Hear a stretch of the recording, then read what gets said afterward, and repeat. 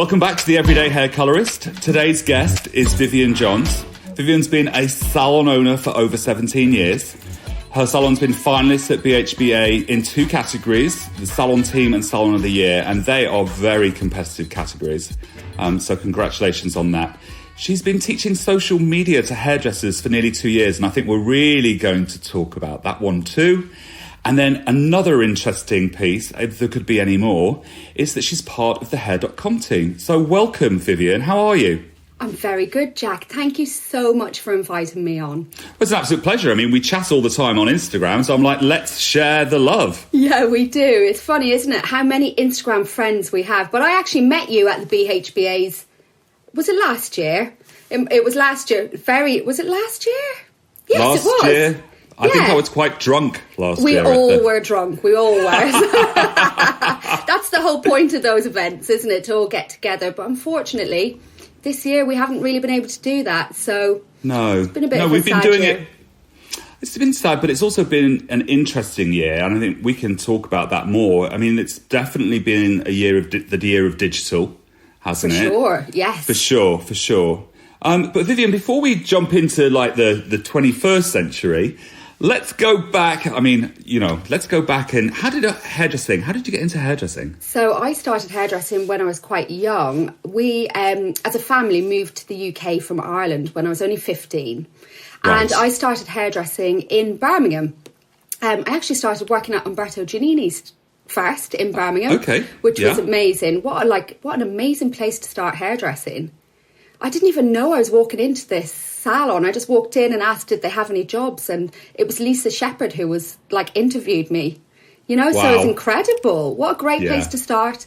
And from there I went back to Dublin because I always told my mum I was going back. So you can't keep me here. So you're in Birmingham. Yeah. You're training. Did you do your complete training there? No, I went and finished it in Dublin in Tony and Guy. Right. Where I worked there. And then when I was 22, we moved to Cornwall because we had a little baby and we wanted to have a bit of more, beach style, lifestyle, countryside. So we moved to Cornwall, and that's where I met Nadine, who became my business partner in Hunter and Walsh. So we opened Hunter and Walsh in 2003.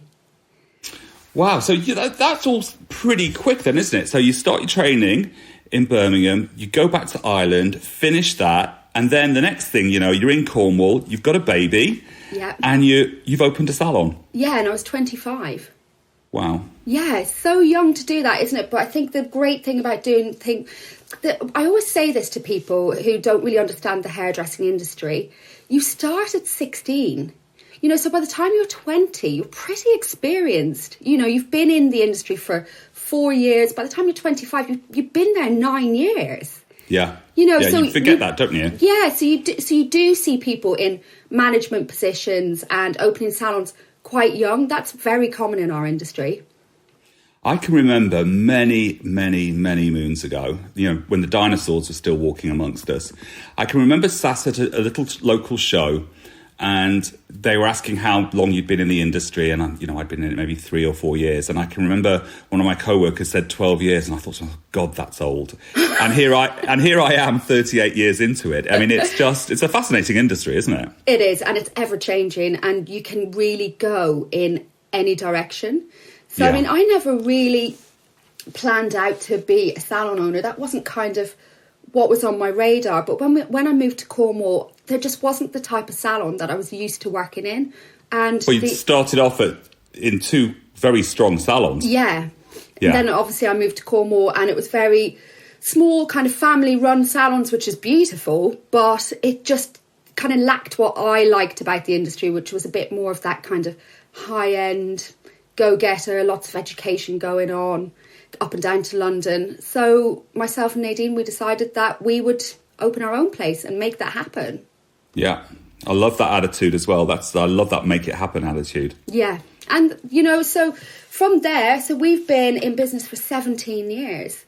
And it hasn't all been plain sailing. Of course it hasn't. It's been a lot of big ups and big downs, and for many years in the middle, it was tough. But over the last few years, it has grown and grown and grown, and the salon is doing really well despite lockdowns and despite COVID, and it's still up there, so it's really good. It's really positive. And how many people have you got working for you? In total, there is 14 in the salon, 10 stylists, 9 stylists, I should say, and then 5 supporting staff. So it's quite big for a small town. Size. Yeah, good size. I mean, we're in Penzance, Jack, which is like 6 miles from Land's End. Well, I'm going to have to say I've never been to Penzance. No, it's very far away. Yeah. It's pretty far from where you are. But I do love Cornwall, though. It's a beautiful part of the world. What's it like managing that many people? How do you navigate that? Because quite often on this podcast we talk about running teams and developing teams, which I think it's so important in the industry. But I know that I couldn't manage a team. I've got no patience for anything like that at all. Yeah, it is hard, and it's not something that I don't think anybody's naturally able to do. It's something you learn over the years. You make a lot of mistakes and you learn from your mistakes along the way. But I think for myself and Nadine, we put a lot of systems in place. So that really it's quite boring to put systems in place, but what it does is it kind of takes a lot of the blame away. So it's a bit like, can I have another Saturday off? I've already had 4 off this year. No, sorry, it's written down in the staff handbook that you can't. Yeah. It's not my fault, it's just the policy, so when everything's written down and it's more clear, I think that really helps to manage a team. And I remember when I was working in Tony and Guy in Dublin, and I was probably 19, and I asked for an extra Saturday off, and they said no. And I remember thinking, how awful, how could they not let you do it? And it was to go to a friend's wedding. But then when you've got a team of however many were in Ireland, then probably 100 or more, you can't say yes to one. No, you can't say, because everyone will be saying, can I have the Saturday off? Can I have the Saturday off? Exactly. So it's once you get these really strong guidelines in place about how your salon operates and you stick to them, it really is the only fair way of managing a team. It's the way it is. But then we offer a lot of flexibility as well. So we have done this for years where every one of our team members is allowed to, and not everybody does, they're allowed to have every other Saturday off. So, we realise that one of the things that people hate about hairdressing is having to work Saturdays.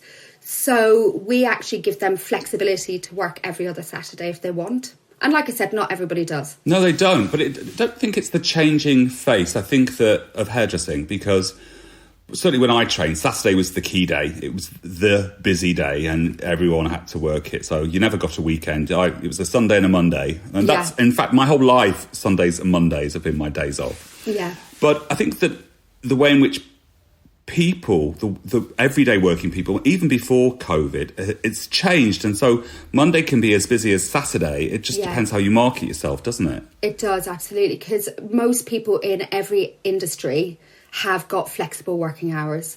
So we found that, yes, Saturday is not our busiest day anymore because there's usually only half the team in. But it's meant that the other days, like Fridays and Tuesdays, are much busier. Yeah, it's like that with Paul Edmonds. So, I mean, I can't quite get my head round not working a Saturday. But I also realise that, I don't have any kids.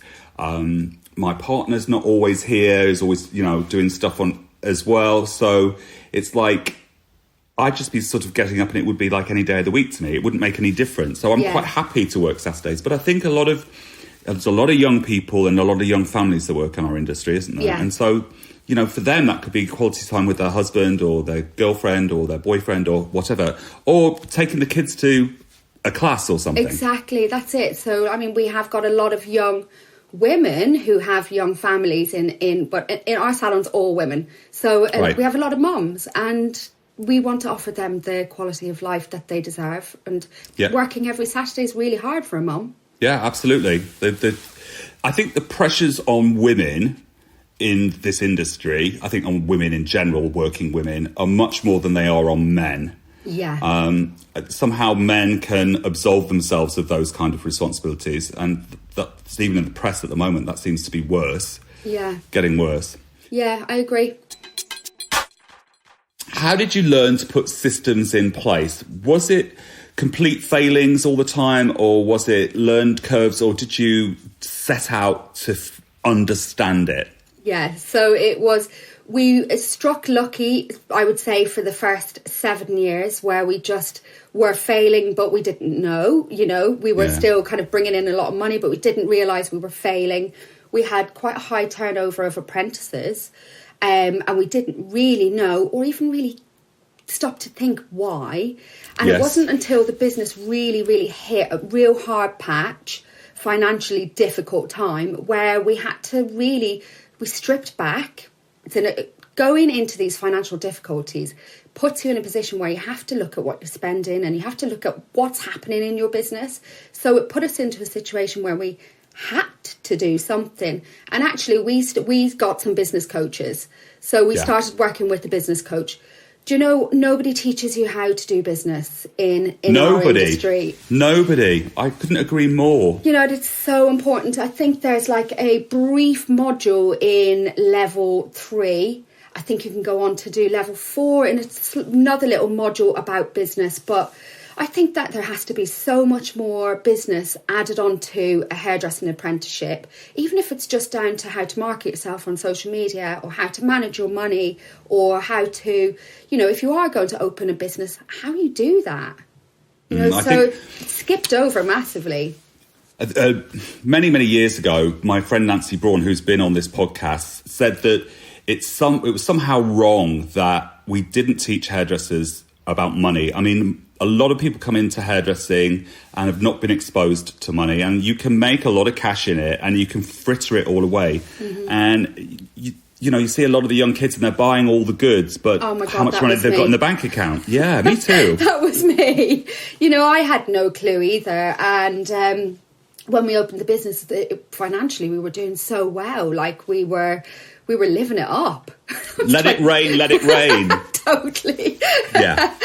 But then when it really got to the point where we had to look at what we were doing, then it was hard to get used to spending normal amounts of money. Was that the recession, the last recession that we had? We kind of did okay through the last recession. It was more down to, we had another business partner and he left, so it would kind of left the business in a bit of a rocky situation where we ended up having to dissolve our first business and then start a new one. So there was stuff that had gone on behind the scenes. Yeah. Yeah. Lots of lessons learnt there, I'm sure. Yeah. Oh, loads of lessons learnt. But it definitely made us so much better at everything in the business, really, from down to managing your stock, buying only what you need, that kind of stuff. Buying what you need, that's a big thing. I think that's a huge thing, isn't it? Because everyone's like, I need. And you can hear it in the staff room. We need to get this, we need to get that. But people don't understand. There was a great post by Harriet Stokes the other day about the cost of a service. Yeah. And the time, the product, the hourly rate, the VAT, if you have to pay that. I mean, there are so many things that goes into a price structure. And quite often, I think people...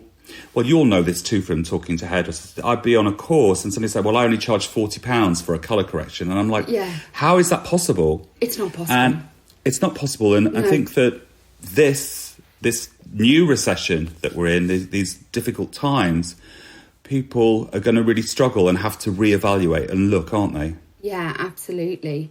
I think one of the things that, obviously I teach social media, but in the social media teaching, I talk about your perfect guest. And that's always my big opening start, is perfect guest. But when we figured out the perfect guest for social media, actually what it did was, when we figured out who our perfect guest was in the salon, it stopped us buying things that our perfect guest wouldn't have. So as an example, I mean, where we are in Cornwall, our perfect guest is a mum. She likes natural things. She's eco-friendly. She loves plastic-free. So for us, getting in a crazy colour range, it doesn't suit our perfect guest. And how many times have we had a rep walk into the salon, bowl us over with this great new treatment, service, product, whatever. We buy it in its hundreds, and then we can't move it off the shelf because our guest doesn't want it. Yes. You know, Absolutely. So you have to know who's your salon, who's your business for, who's using it. And knowing that actually cut out a hell of a lot of wastage for us. Yeah, well, it would do, wouldn't it? Because, I mean, the rep's job is to sell. That product company's, their job is to sell. It's our job, I think, to sell the services to the clients. But if, like you say, your perfect guest, if you've bought a ton of Vivids in, and it's only 6% of the market anyway, I mean, the obsession with Vivids, I'm not quite sure about. I think it's a hairdressing obsession, not a client obsession.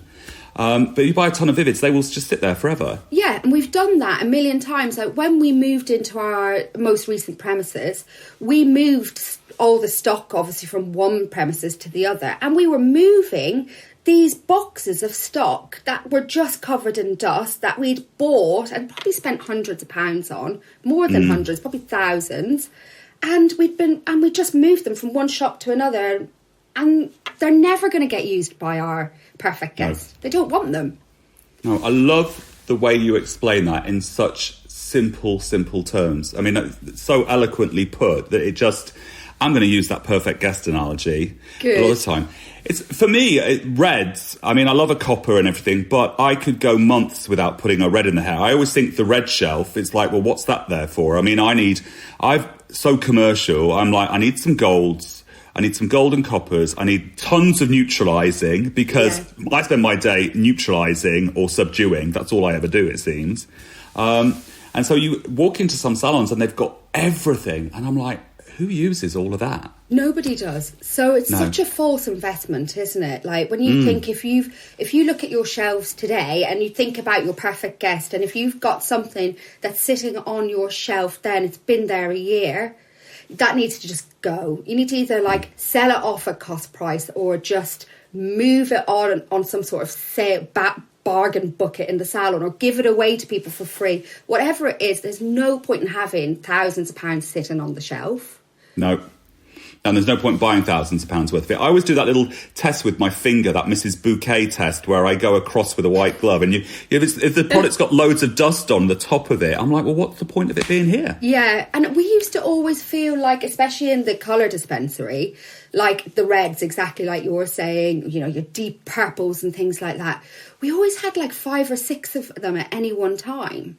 But max 2. We'd need 1 or 2, like we'd need 1 maybe. And now the way we all kind of work as well, a bit more, we're all in touch with our clients a bit more. So I don't know whether you do some sort of kind of like FaceTime consultation, or even if you've got a new client coming in, for example, we would never have a new colour client in without a consultation. No, I agree with you completely. So if this client is requesting that they want coppers, golds, purples, whatever it is, yes, we can order it, and our company delivers like the next day. It's not like we can't get it. So then if you think you're going to need these more specialist colours, then get them in. Yeah. You know, we've got our dispensary to such a... I say we. I've got nothing to do with it. It's Nadine. I love the fact that you say we, though. And when Nadine listens to it, she'll hear me say we, and she'll be like, what? She doesn't go... I'm not a colourist, but I really respect what Nadine does because she's like on it with the stock control. Yeah. So, but you could go in there sometimes and think, oh, there's not enough, but there's always an order on the way. So she is like, she's bang on with it. And that's definitely helped our business.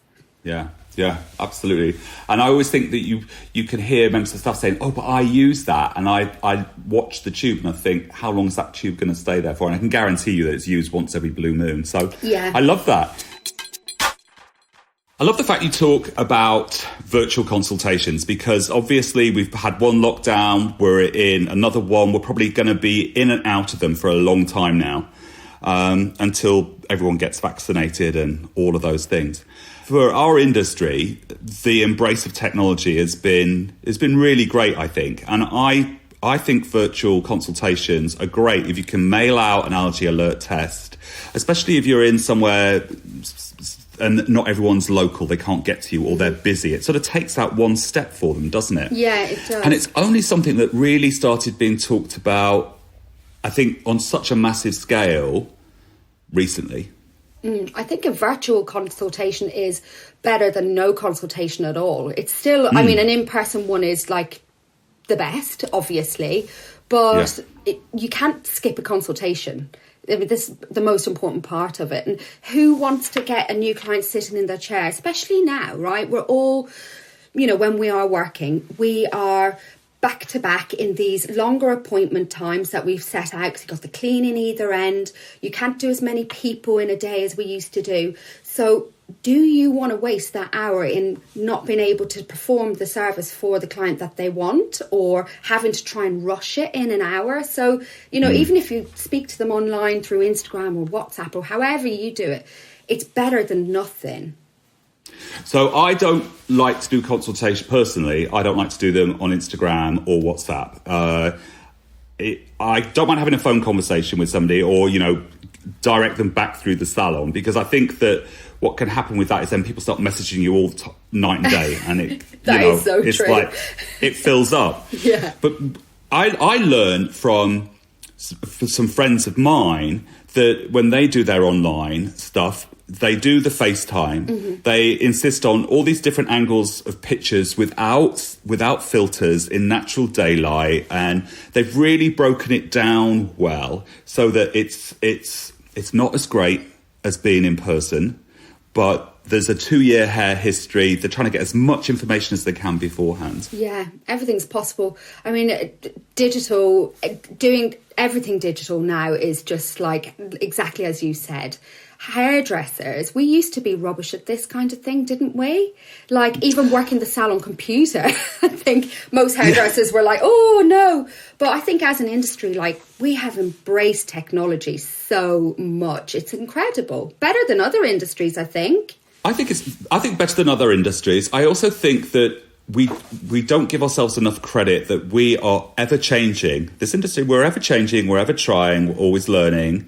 And we can be really quite robust. Obviously, there are failures in that, but, there are failures in our work some days. We're humans, we can get things wrong. But we also, I think, we address stuff quickly. Yeah, we're a very adaptable bunch, that's for sure. I think that's the phrase I was looking for. Thank you. Yeah. We definitely are a very adaptable bunch. And I think that comes from our years of having to think quick and think on your feet, like literally think on your feet. Hasn't it? Yeah. From the type of work that we do, because we have to be able to adapt quickly and come up with a new plan very quickly. It happens every day in the salon behind the chair. It really does. And I think that's a really great segue into what you're doing at the moment. And it's for the last 2 years you've been starting to teaching social media. Yeah. And I wanted to know, well, first of all, I think that if it wasn't until lockdown that more hairdressers noticed the importance of the conversation of social media, because it's a great way of staying in touch with your clients. Yeah. How did you get into that? Okay, so I said that we had business coaches. Right. The business coaches, they're hairdressing business coaches.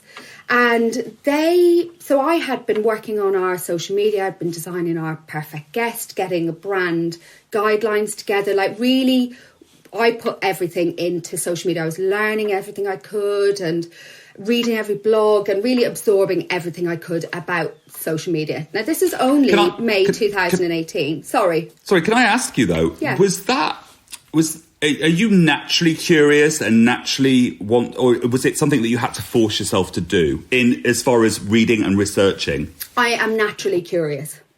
Right. Yeah, cool. I am naturally that type of person. So I am the type of person who, I don't just want to know how to do something. I want to know why. And I want to know all of the ins and outs of it. And that's just my nature.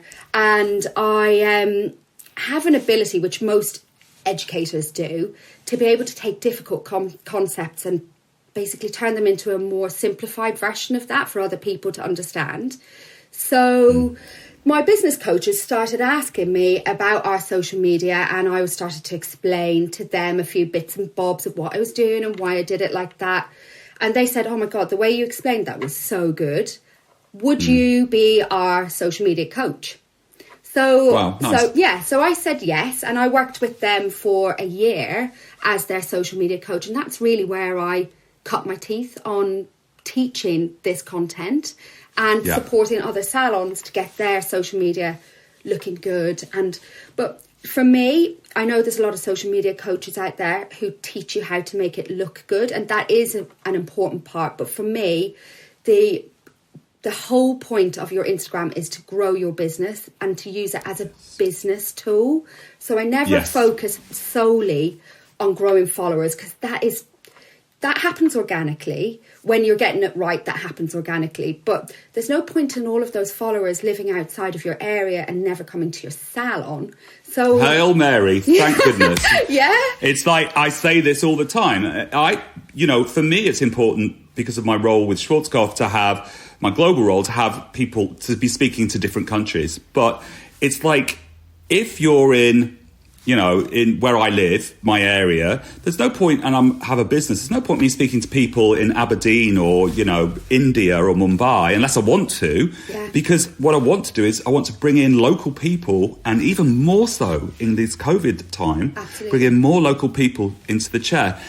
And I also wanted to say to you, Vivienne, that it is not every educator that takes things and simplifies them. I think that's a true gift, by the way. Oh, that's good. Yes, I do have that gift. So, and also because I really love teaching this, and I love the light bulb moments for people, because when they go onto Instagram first, they sign up and they think that the aim of the game is to grow that number at the top of the page, and it's not that. And once I can give them the freedom to not keep looking at that number, then they realise that they've got something really powerful in their hand to actually connect with people in their local community. Yes. So I did a couple of days boot camp this week, and yes, because it's the first, isn't it? Yes. Yeah. Congratulations on that. No, thank you so much. So so I've got courses running all the time, and this is just my little boot camp course that I did this week. So people ask, I explain about hashtags, because I heard somebody say once that they don't believe in hashtags, and I'm like, you don't believe in hashtags? Like, how can you not believe in them? They exist and they are a thing. So, so they said, what's the best hashtags to use? And I said, well, you can't just have the list of the best hashtags to use, because it depends on your strategy, your aim. What do you want to achieve? They're like, well, should I use hashtag behind the chair, a really big one? And I was like, so you want clients, right? You want clients to visit your salon. Are they looking at hashtag behind the chair? No. Yeah. So you want to be using something like, let's say, hashtag Penzance business. Like, niche it right down into what's relevant to your clients and the type of hashtags they engage in, and not the type of hashtags you as a hairdresser engages in, because they're two very different things. And once you can understand how to use hashtags to grow, then it's like, boom, light bulb. And I literally, at that point, when I teach this bit of the course, I want to get a microphone and just go, boom, mic drop. Mic drop. I love it. That's what I feel like every time, because they go quiet and they just look at me and I'm like, there you go. That's what you need to be doing. This is for growing your business, right? Social media is social and it's fun and all of those things, but we used properly, and Jack, because you do this, used properly, it is a very, very powerful tool to grow your business, and it's free. The only thing you need to give it is your time. And I think that's the two things in that. Yes, it's free. Yes, it's a business tool. And I think people get confused. And the majority of us want to be businesses, not entertainers. And I think that's all you have to remember. It's a business, and don't put on it any of your particularly private stuff. There's no need for that. That's not what clients come to you for. They come to you for your skill set, and you can showcase a little bit of personality, maybe in stories. I agree. That's exactly what I say. That is it. So your Instagram is your brochure. It's your beautifully crafted editorial magazine. You've sat there with all of your editors and you've made sure that your monthly magazine's beautiful. So the way I explain the different platforms to people is Instagram is your magazine. Facebook's your newspaper. And Stories is Sky News. So, and once you can kind of treat them in those ways, do you love that analogy? That's fantastic. Yeah, but once you can see them as what they're doing for you in the different types of publications or media, let's say, because everybody understands those things, then they can see how to behave on each bit. So even on Instagram as a platform, the different areas of Instagram you can behave on differently. So your feed is your magazine, obviously your stories are your Sky News, and your reels, brand new, your reels is a showcase reel for something else on your page. So the way I've been using it is because we're all just playing around with reels right now, but the way I've been using reels is to use them as a showcase for a longer IGTV. So make your IGTV tutorial by all means, but then do like an advert for it in your reels and direct people kind of to come and visit your page more. It's all about directing people back to the page, and it's about the thing that gets me is that people don't seem to understand that you've got to engage with your audience. If you don't, everyone's like, oh, does somebody do that for you, Jack? I'm like, no, it's me tapping away at night time. Because I think that it's really important to keep your voice, this word is bantered around, but authentic. It's got to be you. And that's what authentic means, isn't it? Yes. Really, you're not trying to be something else. Yeah. You want to build these meaningful relationships with people, and that, and they have to be. I mean, they don't have to be deep and meaningful for sure. But if somebody comes and follows you, it's polite, isn't it, to actually maybe say thank you for following me or commenting on something on their page. Like if you behave on Instagram how you behave in real life, then there's an element of like just being polite to people. So when somebody comes up and says hello to you, you don't just blank them, Well, depends. Well, yeah, it does depend. It depends on the glasses of wine you've had.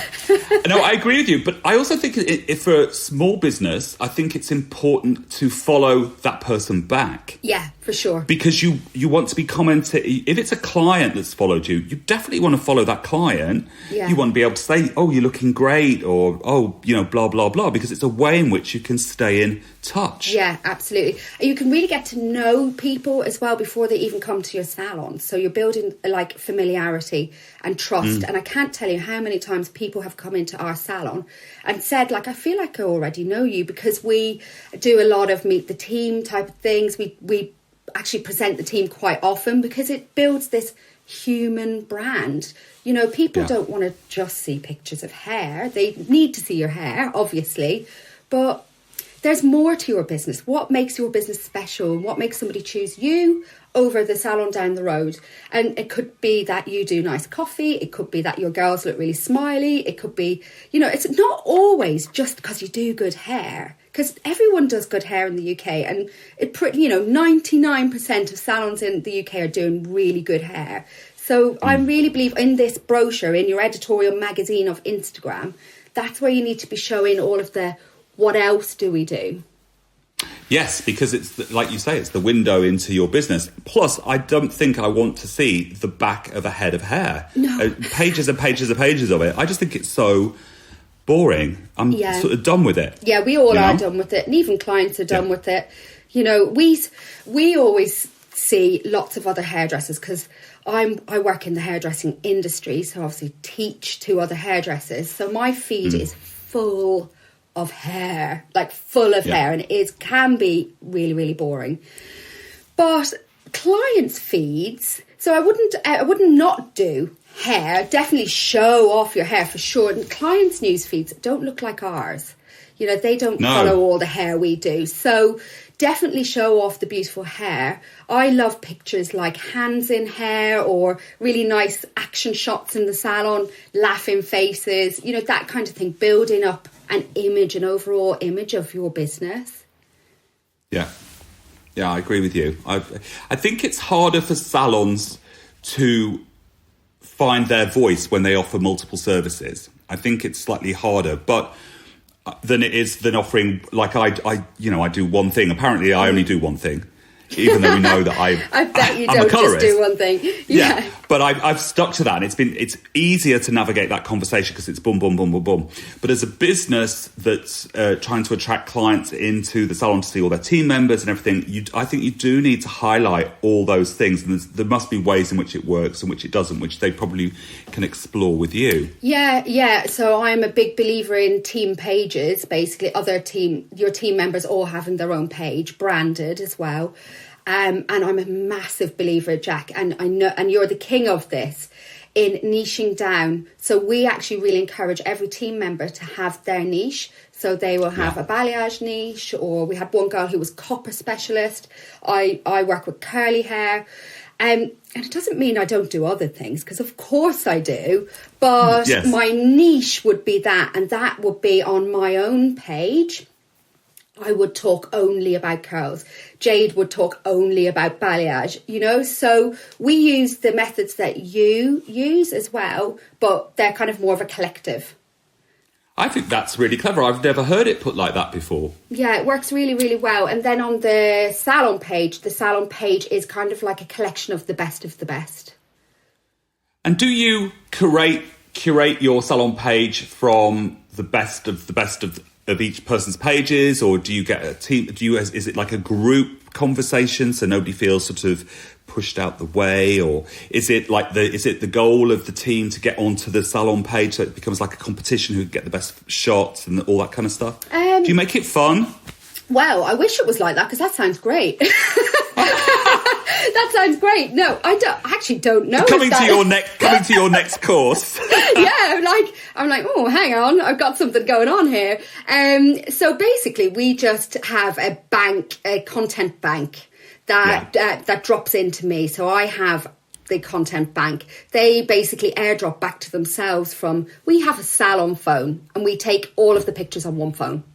That phone sits there. It's not. It hasn't got a SIM card in it. It's just a salon phone. So every picture is taken on the same phone, so it's the same quality. It's all taken in the same place. It's all taken exactly the same way. I am actually right in front of me, have my whole social media guidelines, which is for our team. So that's like a 10-page document on how to do it. And So that's what I was going to ask you. You were just saying this. Obviously, there's this policy in place. Yeah. Did the team embrace that? No. Or did you have to drag some along the journey? This is a group of people, okay? So you get two people. I always say it's like this is the way everything works in everything that you do. In 10 people, you get two people who are like, yes, let's go for it. You get 6 who are like, and then you get 2 who are like, I'm definitely not doing that. And that's just, no matter what you do, that's the way it works. It's not always the same people in each bit either. But so when we started doing this, no, people didn't really think that it was something that they needed to do. They thought it was a bit of a pain. Their clients weren't going to want to have their picture taken. They didn't have time to get a picture at the end. And then the 2 who did embrace it and thought, Viv, this is brilliant, I'm totally going to get on board with this, started getting loads and loads of new clients and requests, new requests. And it just made everybody else's ears prick up and think, hang on a minute, why am I not getting all these new requests? And now it's just become part of the culture of the salon. The no's are usually from people who are fearful in everything. I mean, if you come up with an idea, and it's very English to give all the reasons why you can't have an idea, whereas it's quite American to kind of say, okay, let's find a solution. Yeah.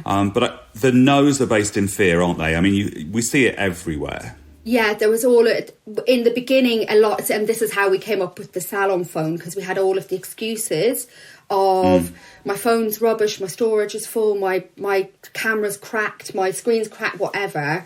And so we just kind of took all of those excuses away by saying, okay, well, there's a phone that you're going to use. And for people who didn't want to do it, not many people say no to me, Jack.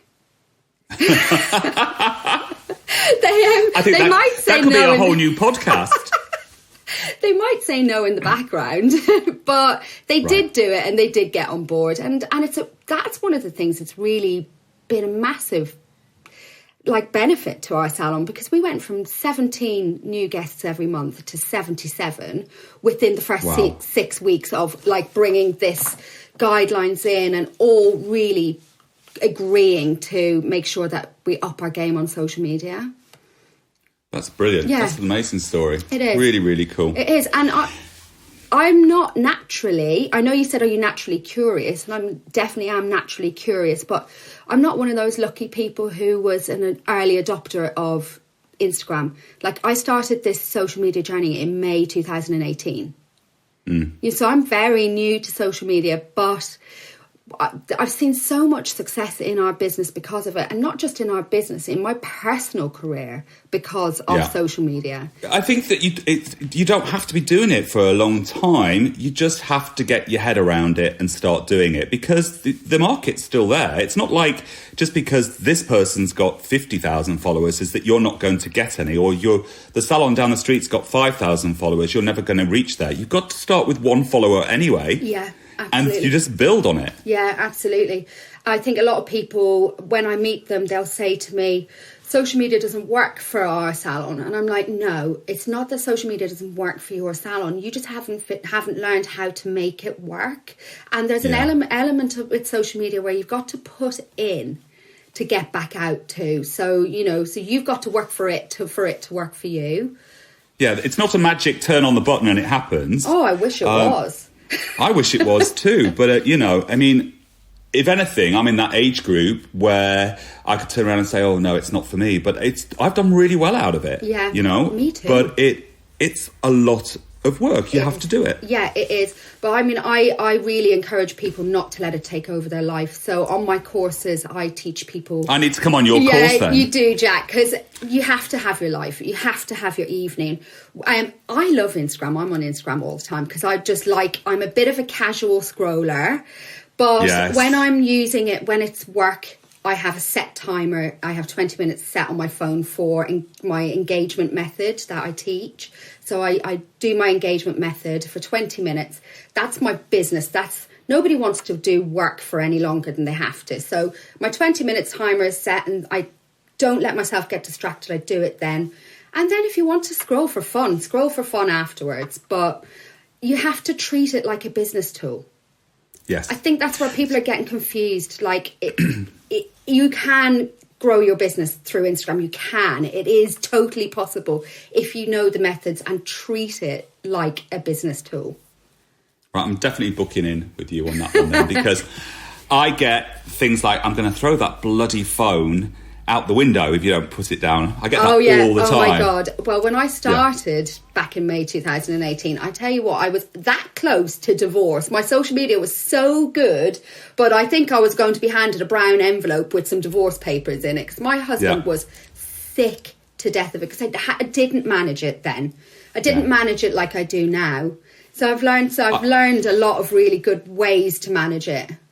I turned off every single notification on mine. So unless I'm actually on it, I turn my phone to the screens down. At 9 o'clock, the phone is actually cut off, so nobody can call me after 9 o'clock. I don't take any calls after then. So there are ways in which I try, but I'm an addict. Yeah. I'm going to be on a 12-step program. Well, I have a 12-week course. There you go. But it doesn't get you off social media. It gets you on. It gets you more hooked. Yeah, brilliant. I had great information out there. And also for everyone that's listening, if you go to Vivienne's page, you actually see that she's got loads of free tips on there as well, which is really, really interesting. So have a look. What's the Instagram handle, Vivienne? It's Vivienne Johns _ Vivienne Johns _ There you go. We'll put that in the bio for you down there.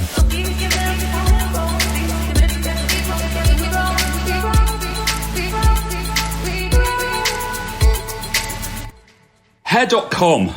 What is hair.com? What are you doing in hair.com? I mean, I'm seeing it everywhere. I'm not quite clear what it is, but I think I am.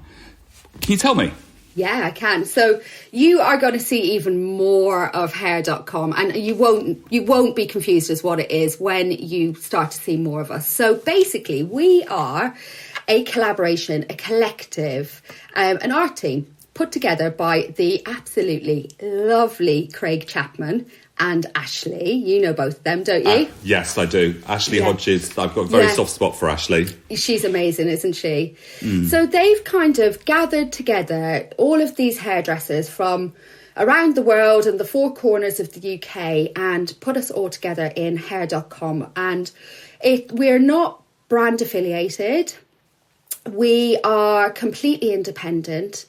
And we have skills from in literally every single area of the hairdressing industry. And they've kind of cherry-picked people for their individual talents, but people who are really good at working together as a team as well. So I'm so lucky. I am working with some of the most amazing hairdressers in the country. I can't quite believe it. But, you know, and you just have to keep pinching yourself and you think, okay, yeah, this is incredible. Like Michelle Thompson's on there. You've got Casey Coleman on there. Yeah. Casey's an Instagram friend of mine. I consider him an Instagram friend, you know. Yeah, and he is the most lovely guy, honestly. You've got, obviously, Ashley and Craig. You've got Matt, who's an incredible men's hair cutter and barber. And it's just, and guess what? We've got Carolyn Newman. I love Carolyn too, yeah, so she is basically putting together right now an educational prospectus. So we as the hair.com team are going to be going out and on the road educating in 2021. And we're all educating in our own specific areas. Interesting. This is something that is cropping up more and more on this podcast, and that is the rise of the independent educator. Yeah. And there seems that there are more and more and more of us, and people, I think it's the Instagram effect really, that people are looking outside of product companies and going into individuals. And the individuals might be associated with a product company, and that's absolutely great, but it's education's changed, hasn't it? It really has, because I think so we all are individually kind of work in brands as well. So I work for WeDad, I educate with WeDad. So the thing with hair.com that is amazing is that we are all still free. We're part of this collective, but we're free to go and do whatever else we want to do. Like they're big believers in like, this is a true collective and a collaboration. So we're not owned by hair.com, and hair.com allows us to go and do other things also. So like I said, I work with WeDad, and then there's other people on the team who have other affiliations with other brands, but I think that just makes us stronger. I think it's brilliant. Yeah, because, you know, back in the day, like in the 90s, if you were on the Tony and Guy art team, let's say, you were like going to be delivering this collection, and you're going to be delivering these haircuts, and you're going to do them this way, and the colour placement is this, and that's what you're going to teach for the whole entire year. And there was absolutely no room for individual creativity in that.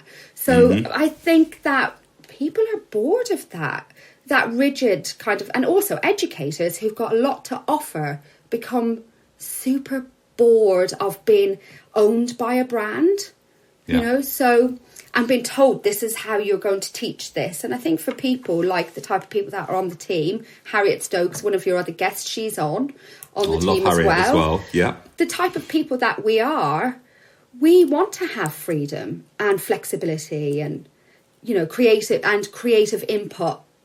We don't want to be told this is how you do it, this is what you say, and this is what's going to happen. Well, there was a point when brands wouldn't necessarily let you go off and be an independent educator, but now you can represent a brand and represent yourself too, because the whole, and this sounds a bit, you know, it's overused again, but the personal brand that you build now is as relevant as the brands that you work with. Absolutely. I couldn't agree more, because like I think brands were slow to catch up with this idea though, weren't they? They definitely were. But now, so where we would be waiting for brands to kind of, or maybe we might go and approach a brand and say, I'd really like to come and educate for you. And then they'd go away and think about it, and you'd wait and think, am I going to get this gig or not? Now, because you can build such a strong personal brand on Instagram, they come looking for you. Yes. Like, it's totally, the tables have turned. The individuals have got more power and control over what they do, when they do it, and how they do it, than the brands do anymore. The brands have to kind of bend to us a little bit more now, I think. I think this is an interesting one, because I think that, this is my own personal belief on this, I think that educators who have been sort of run through that professional system, if they can maneuver into an Instagram world, they can deliver great education in a new way of communicating it. And that they can make it more personal. But if somebody who's been great on Instagram, possibly, but that has no professional education experience, that when they deliver a class, a lot of the people that come to it can be disappointed by it. And we only have to look at the USA market to understand that the USA market is always ahead of us, it seems. That there was this rise of the independents, and then there was a backlash against some of them, and then what you're left with is strength. Yeah? Yeah, I think so. I think educators, freelance educators, I definitely agree with what you're saying. I think the best ones are the ones who've had almost a foot in both camps. So they've got slightly one foot in corporate, just so you understand it. And there's nothing wrong with corporate, because their training to make you a really good educator is incredible, and to actually learn how to teach is really good. So just being, Instagram famous and deciding you're going to teach, I totally get where you're coming from, because it doesn't necessarily mean that you're going to be able to deliver a good class. Yes. And so I love the independence. I'm a huge supporter of everyone that's doing that. My only concern is that I worry about standards of delivering good commercial education. And I'm not saying by association that I worry about you in that or anything, but what I'm saying is that sometimes I'm like, and I'll see things, I'll be like, and also I suppose I need to, I need to be open to different ways of approaching things too, because that's the way you learn. Yeah, I think there's a lot of colour educators now who teach their methods and don't necessarily teach the why. And I think that might leave people in a situation back in the salon where they've got the method, it hasn't quite worked out, and they don't know why. And then because they don't know why, they don't know how to fix it. Yes. So I think for sure I agree, but I guess it's horses for courses as well, because people will find the type of educator that they want, and sometimes they will cast their net wide and go on courses that they're a bit like, that didn't really work for me or whatever. But then somebody else might go on that same person's course, and all they need to know is the methods. Yeah. And they might think it's amazing. So in a way, it is horses for courses, isn't it? And it's a whole new world out there, isn't it? So, I mean, it's a whole new world out there. And in a new world, some things work and some things don't. Absolutely. There's so much digital education now. And I think this is one thing that for hair.com, why you haven't actually seen our education programme yet, is because we are going to be delivering it in person. There may be, we're talking a little bit maybe about the social media side of things being digital, because between Casey Coleman, Harriet Stokes and myself, we are putting together a party package, social media party time basically. But we may do that online, but we still feel like that would be better in person. I do all my classes online and digitally, but I think for hair.com the feeling of that collective for us will be more about when we can actually stand in a room with other people. Yeah, that's the type of people we all are.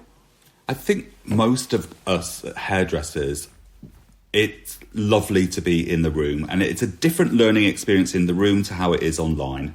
Yeah. And there's something about, like, I'm doing it now. I'm like pointing my eyes, pointing at you, and it's not like a crazy person, everyone, but just sort of like gesticulating. No, it is. You're like a crazy person. And you can't do that digitally because, unless it's a Zoom. I mean, certainly when I'm doing an Instagram live, I can't see the 2,000 people or anything like that. It's impossible. And so I think there's all different ways of approaching it, but I love in person. I love in person. What I teach, it can be taught so well online. In fact, what I teach works really, really well online, because I sit and it's very interactive. So I do all of my courses on a Facebook Live. So it's in private Facebook groups. And I sit and I talk, and it's quite conversational, and they'll ask me questions. And I feel like I spend every Monday night with this group. So I have a coaching group that's going on at the moment. These are my 12-week courses. And honestly, I get to know them so well. Like, I don't know their faces, so I've never seen their faces, but I get to know them and their business. And I love that. That works really well for me. That wouldn't work necessarily. They're quite intimate though, aren't they? Yeah, so they're quite a small group. This group is 66 people. That's not too intimate. That's not too intimate. Group. No, I mean, but I could have up to 200. I find the sweet spot is I did a lot of courses last lockdown. One of them I had 230 people on it, and that was too many because I couldn't keep up with the questions. I couldn't keep up with the interaction. And I felt just overwhelmed by it. But I think for me, the perfect number on a digital course is 120. That's like beautiful. Yeah, because when you have 120 people who are doing your online course, 120 people don't turn up.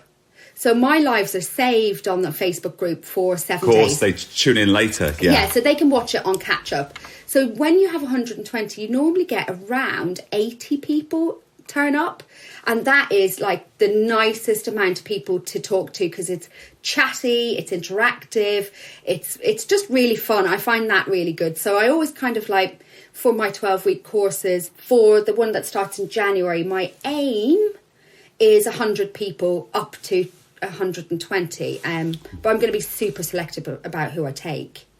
Right. I want people to commit to it. I don't want to work with people who are going to do 4 weeks and then be like,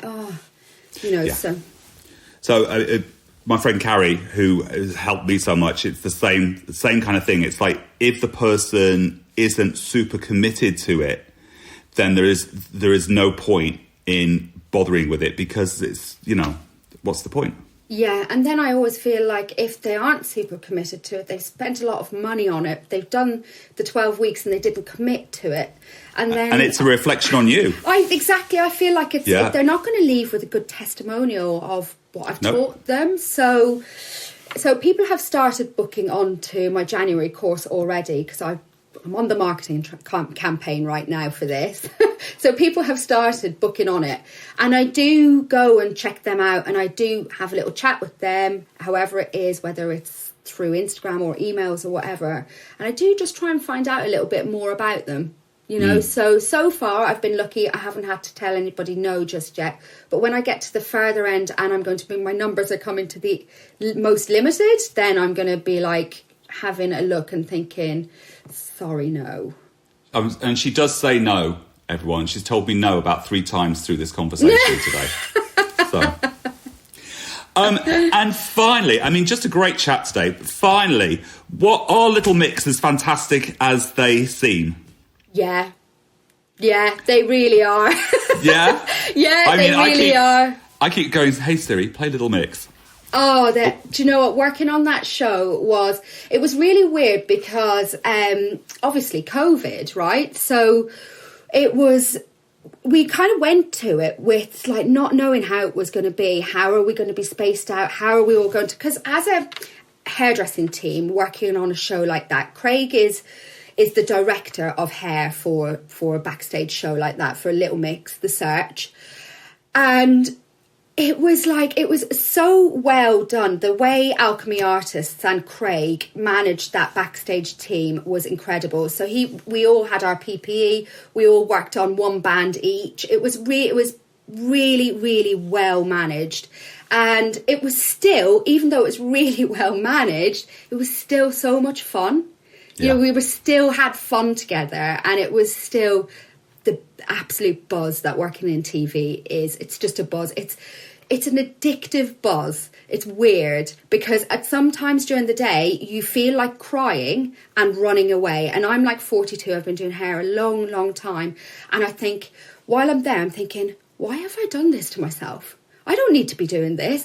I don't need to feel like this. I don't need to feel this stress. But then after it's done, you have such a buzz, an adrenaline rush, that you're like, it becomes addictive.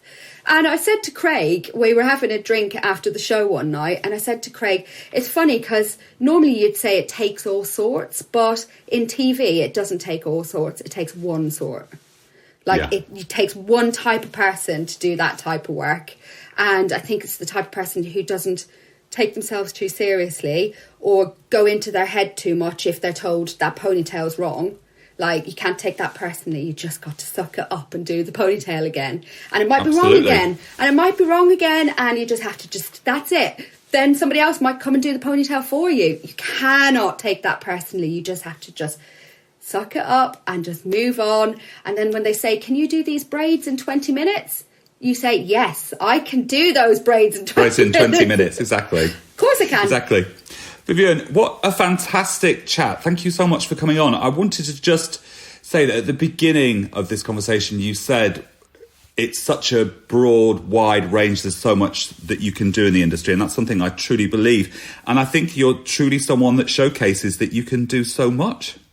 Yeah, it's fab, isn't it? So if you want to be an online educator, you want to work in session or TV, be behind the chair. Yeah. I have tried every part of the industry and I still love every part of the industry. So, it's possible. And I have a salon in Penzance in Cornwall. It's not like I live in London. You don't need to live in London anymore, do you? No. I mean, I think that's it, you know. Brilliant. Thank you so much. And for everyone that's interested, we'll put everything underneath for you so that you can follow Vivienne and follow her journey and maybe join in with her. Yeah, thanks so much. I love that. Thank you, Jack. Absolute pleasure. So I hope you enjoyed this podcast as much as I did making it for you. Don't forget to subscribe on your channel that you download your podcasts from. iTunes is my favourite, but I know there are others out there. And also, if you want to follow me on stories on Instagram, it's jackhowardcolor, COLOR, the American way, not the English way. And on Facebook, it's jackhowardcolor, COLOR. And my website is www.jackhowardcolor.com.